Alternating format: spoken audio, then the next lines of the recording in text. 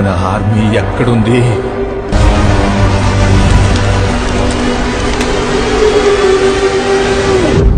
మేం కూడా ఒక ఆర్మీని తీసుకురావడానికి బయలుదేరాం.